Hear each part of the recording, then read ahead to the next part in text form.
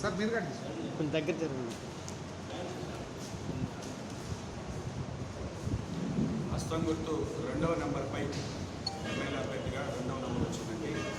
2వ నెంబర్పై ఉన్నటువంటి హస్తం పార్టీ కోవూరు బహిరంగ సభకు వేలాదిగా విచ్చేసి జయప్రదం చేసినటువంటి కాంగ్రెస్ పార్టీ అభిమానులకు, రాజశేఖర రెడ్డి గారి అభిమానులకు, అదేవిధంగా ఆ సభకు విజయప్రదం చేయడానికి పనిచేసినటువంటి మండల స్థాయి నాయకులకు, డిసిసి ప్రెసిడెంట్ గారికి, గొప్పల రాజు గారికి, అధిష్టానానికి, ముఖ్యంగా మా పిసిసి ప్రెసిడెంట్ ఇట్లా నేను అభ్యర్థిగా మీరు వచ్చి నన్ను బలపరచమని అడిగిన వెంటనే చాలా టైట్ షెడ్యూల్లో కూడా వచ్చి కాంగ్రెస్ పార్టీ సభను అడ్రస్ చేసినందుకు ప్రత్యేకంగా పేరు పేరున అందరికీ హృదయపూర్వక నమస్కారాలు తెలియజేస్తూ కృతజ్ఞతలు తెలియజేస్తున్నాను. ఈరోజు నిన్నటి సభను ఏ విధంగా జరుగుతుంది, కాంగ్రెస్ పార్టీకి సంబంధించి తొలి బహిరంగ సభ ఈ జిల్లాలో ఎన్నికల ప్రచారంలోని యావత్ జిల్లా కోవూరు వైపు చూసింది.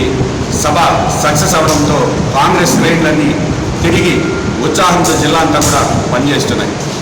నిన్న జరిగినటువంటి సభలో ఈ కోవూరుకి సంబంధించి ఈ కోవూరు సమస్యలు ఏవైతే మా దృష్టిలో ప్రస్తుతానికి ఉన్నాయో వాటికి సంబంధించి కోవూరు నియోజకవర్గ మేనిఫెస్టో ఒకటి కోవూరు అభయహస్తం అనే పేరుతో నిన్న షర్మిలారెడ్డి గారి చేతుల మీదుగా దాన్ని ప్రారంభించాం. దానికి సంబంధించినటువంటి ప్రతులన్నీ కూడా ఈరోజు మీడియా ముఖంగా మీ అందరికీ కూడా ఇస్తున్నాం. ముఖ్యంగా ఏదైతే గ్రామాల్లో తాగునీటికి ఇబ్బందులు పడుతున్నారో రాజన్న జలధార అనేటటువంటి పేరుతో ప్రతి గ్రామంలో పంచాయతీ ఓవర్ హెడ్ ట్యాంకుకు అనుసంధానంగా ప్రతి గ్రామంలో ఉచితంగా మినరల్ వాటర్ ప్లాంట్లు ఏర్పాటు చేస్తామన్నది మొదటి హామీ. అదేవిధంగా ప్రతి ప్రభుత్వ పాఠశాలకు ఏదైతే ఈరోజు 3వ తరగతి నుంచి 10వ తరగతి వరకు హై స్కూల్ సిస్టమ్ తీసుకొచ్చారు. 1-2 తరగతుల్లోనే ప్రైమరీ ఎడ్యుకేషను ఆగిపోతుంది.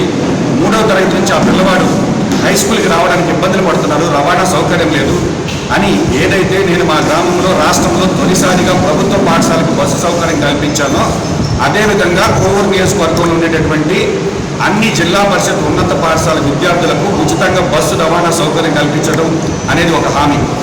అదేవిధంగా అన్ని గ్రామాల్లో 100% సీసీ రోడ్లు, డ్రైన్స్ మరియు తాగునీటి సౌకర్యం అదొక హామీ.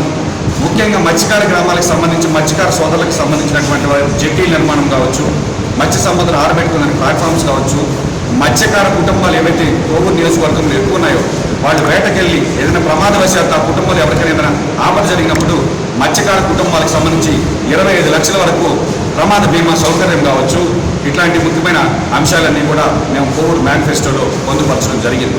కోవూరు సెంట్రల్ లైటింగ్ కావచ్చు, రోడ్డు విస్తరణ కావచ్చు. ఈరోజు కోవూరు గురించి ఎందుకు మనం మాట్లాడుకోవాలంటే కోవూరు ఏదైతే నియోజకవర్గ హెడ్ క్వార్టర్స్ అయింది, కోవూరు బజార్ సెంటర్లో నేను నిన్న మీటింగ్ చూస్తుంటే అక్కడ ఒక బస్ స్టాండ్ ఉంది, దాతలు కట్టినటువంటి బస్ స్టాండ్.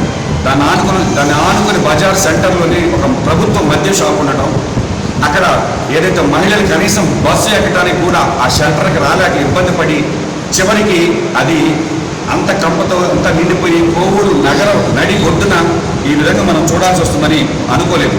కాబట్టి ఇట్లాంటివన్నీ దృష్టిలో పెట్టుకొని కోవూరుకి సంబంధించినంత వరకు పారిశుద్ధ్యంలో కావచ్చు, నిర్వహణకు సంబంధించి కూడా కొన్ని హామీలు మేము ఇవ్వడం జరిగింది.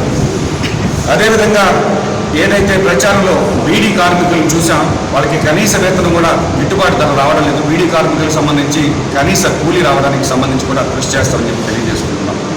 ఈ విధంగా పార్టీ అభ్యర్థిగా నేను మీ ముందుకు వచ్చాను.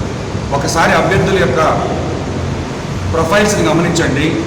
గతంలో తెలుగుదేశానికి సంబంధించినంత వరకు ఈరోజు ఉండేటటువంటి తెలుగుదేశం అభ్యర్థి కావచ్చు, వైఎస్ఆర్ కాంగ్రెస్ పార్టీకి సంబంధించి శాసనసభ్యులు ప్రసన్న కుమార్ రెడ్డి గారు 6 సార్లు అవకాశం ఇచ్చారు, ఒకసారి మంత్రిగా ఇచ్చారు.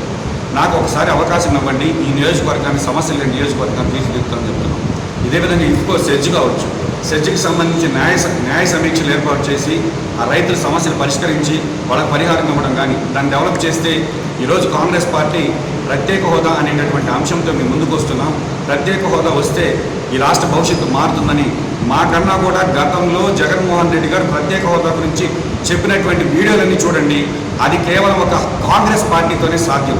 ఈరోజు ఎంపీ అభ్యర్థిగా గొప్పల రాజు గారు కూడా ఈరోజు ఈ పార్లమెంటు నియోజకవర్గ పార్టీకి సంబంధించి ఇప్పుడే ఒక మేనిఫెస్టో రూపొందించి విడుదల చేయడం జరిగింది. కాబట్టి కాంగ్రెస్ పార్టీలో నియోజకవర్గ స్థాయిలో సమస్యలకు సంబంధించి నియోజకవర్గ మేనిఫెస్టో, పార్లమెంటరీ స్థాయిలో ఒక మేనిఫెస్టో, రాష్ట్ర స్థాయిలో ఒక మేనిఫెస్టో, దేశానికి కావాల్సినటువంటి అన్ని అంశాలతో ఒక మేనిఫెస్టో ఏర్పాటు చేయడం జరిగింది. కాబట్టి స్పష్టంగా కోవూరు నియోజకవర్గ ఓటర్ మహాశయులందరినీ పేరు పేరున చేతులు జోడించి మీ ఇంటి పెట్టుగా ఆశీర్వదించండి. ఖచ్చితంగా సమస్య లేని నియోజకవర్గాన్ని మీ ముందు ఉంచుతాం. అక్రమ కేసులు ఉండవు, అక్రమ మైనింగ్ ఉండదు, ప్రజాస్వామ్యం ఉంటుంది, పత్రికా స్వేచ్ఛ ఉంటుంది.